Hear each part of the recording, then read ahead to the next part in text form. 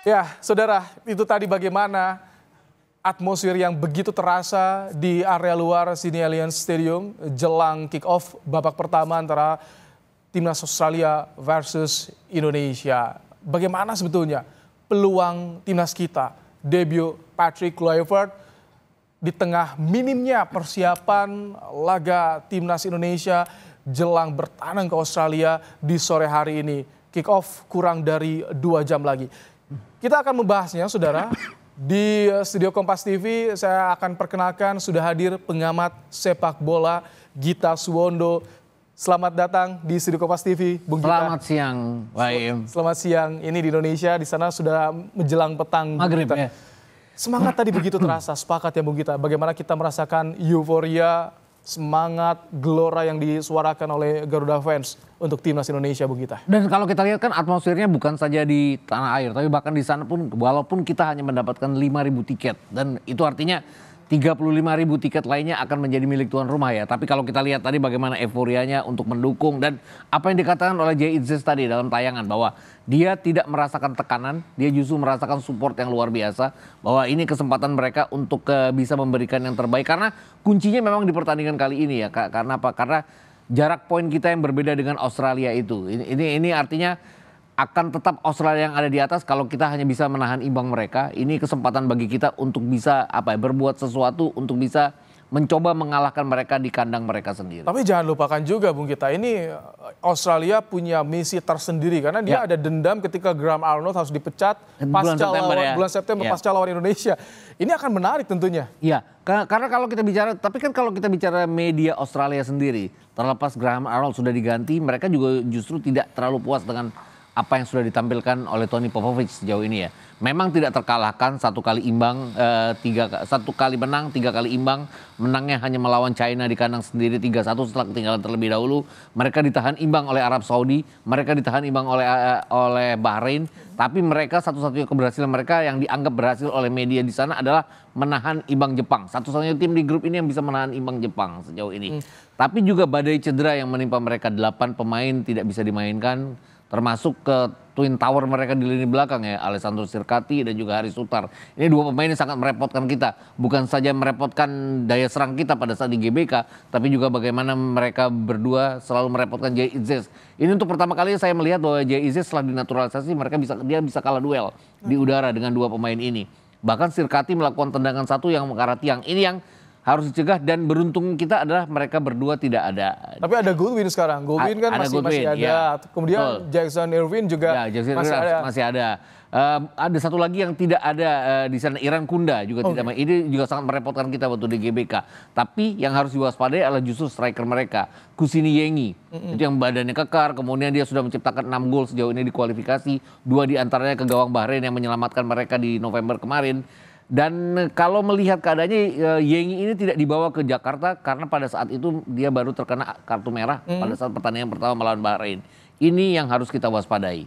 Oke, ini biasanya line up akan diberikan 1 jam jelang kick off, artinya sekitar 20 menitan lagi Bung Gita. Nah kalau misalkan bicara soal line up nih, kita bicara prediksi terlebih dahulu lah Bung Gita.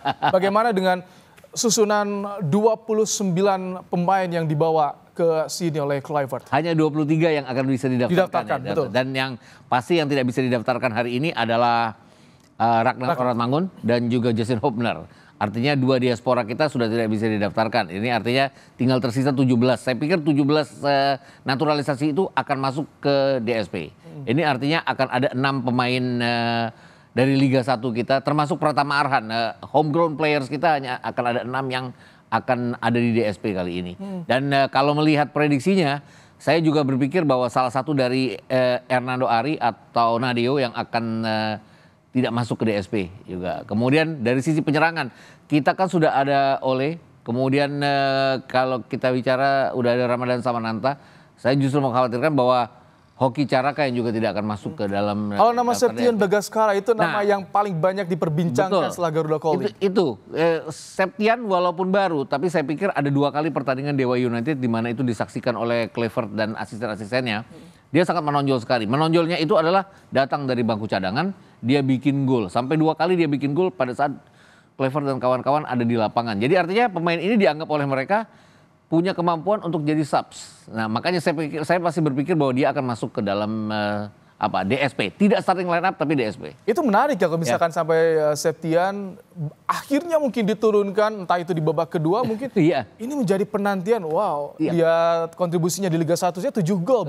7 gol, 1 assist ya. Dan gol-golnya itu gol-gol bisa dibilang spektakuler. Artinya tandukan dari luar kotak penalti. Kemudian dia menyerobot bola dari corner, segala macam yang dibutuhkan oleh seorang striker. Tapi ya balik-balik lagi, dia belum pernah teruji pada saat dia sebagai starting line up. Selalu Alex Martin dulu kan kalau di Dewa United, baru kemudian dia. Nah ini uji cobanya adalah dia tidak mungkin jadi starting line up, tapi pada saat dibutuhkan kalau kita mentok, mudah-mudahan nggak mentok ya, itu dia pasti akan dibutuhkan di masa-masa 70 menit ke atas nanti. Oke, kemarin ketika preskon Kluivert dan juga Izes ini sempat bilang soal bagaimana ini menjadi laga yang tidak susah, tapi kami siap. Apa yang Anda cermati dengan kata-kata itu, Bung Gita?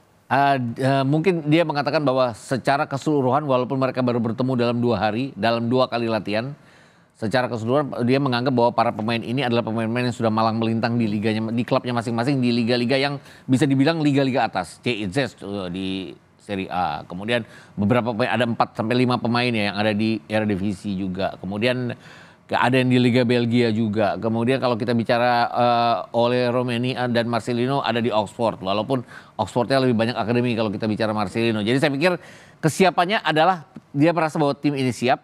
Tapi kendalanya adalah mereka berhadapan dengan Australia yang tidak gampang kalah walaupun tidak gampang menang. Nah itu. Tidak mudah tapi kami siap. Nah yang jadi challenge di sore hari ini adalah soal kekompakan Bung Gita. Karena kita tahu persiapan begitu mepet, kurang dari 2 bulan. Bahkan Garuda Calling sampai berangkat ke sini itu sekitar hanya 1 minggu. Ini kan sangat-sangat rapid sekali persiapannya, Bung Gita. Kalau persiapan rapid sebenarnya Australia juga merasakan hal yang sama ya. Setiap FIFA Matchday, hanya mereka di tangan Tony Popovic kan mereka sudah memasuki pertandingan kelima di mana mereka bersama-sama. Ini Patrick Kluivert dan asistennya kan baru pertama kali menangani. Tapi kita bicara pemain-pemain yang sudah malang melintang di klub, FIFA Matchday kan selalu gitu. Dipanggilnya selalu mepet-mepet pertandingan, tapi harus dilakukan. Mungkin kendalanya adalah mereka harus berjalan jauh ya dari Eropa. Itu melewati menembus batas waktu, bukan saja ke Indonesia, bukan saja ke Bahrain, bukan saja ke Jazirah Timur Tengah sana, tapi juga bahkan ke Australia yang ada di bawah. Ini saya pikir juga pasti ada istirahat yang harus mereka lakukan untuk bisa mengatasi hal ini. Tapi saya yakin bahwa secara kesiapan mereka siap. Tinggal sekarang bagaimana taktik di lapangan yang bisa mengatasi ini. Ini kita tadi memutar bagaimana klip cuplikan-cuplikan ketika timnas menggelar latihan perdana. Kemudian juga ada latihan official training yang ternyata dilakukan tertutup.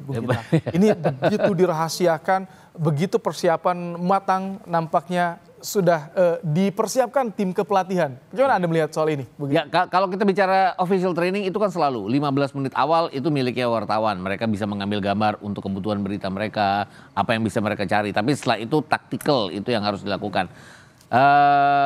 Kalau kita bicara November kemarin di GBK, saya termasuk yang beruntung. Kenapa? Karena saya pada saat itu bertindak sebagai host broadcaster yang menyiarkan.